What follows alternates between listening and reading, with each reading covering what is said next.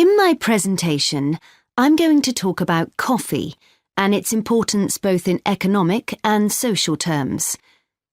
We think it was first drunk in the Arab world, but there's hardly any documentary evidence of it before the 1500s, although of course that doesn't mean that people didn't know about it before then.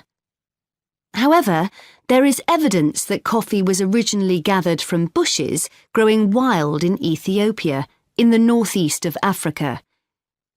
In the early 16th century, it was being bought by traders, and gradually its use as a drink spread throughout the Middle East. It's also known that in 1522, in the Turkish city of Constantinople, which was the centre of the Ottoman Empire, the court physician approved its use as a medicine. By the mid-1500s, coffee bushes were being cultivated in the Yemen, and for the next 100 years, this region produced most of the coffee drunk in Africa and the Arab world. What's particularly interesting about coffee is its effect on social life. It was rarely drunk at home, but instead, people went to coffee houses to drink it. These people, usually men, would meet to drink coffee and chat about issues of the day.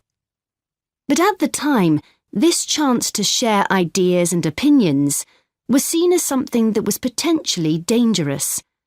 And in 1623, the ruler of Constantinople demanded the destruction of all the coffee houses in the city, although after his death, many new ones opened and coffee consumption continued.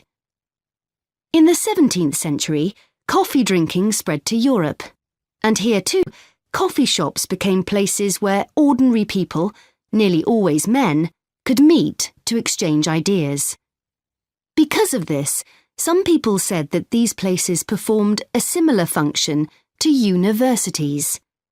The opportunity they provided for people to meet together outside their own homes and to discuss the topics of the day had an enormous impact on social life, and many social movements and political developments had their origins in coffeehouse discussions.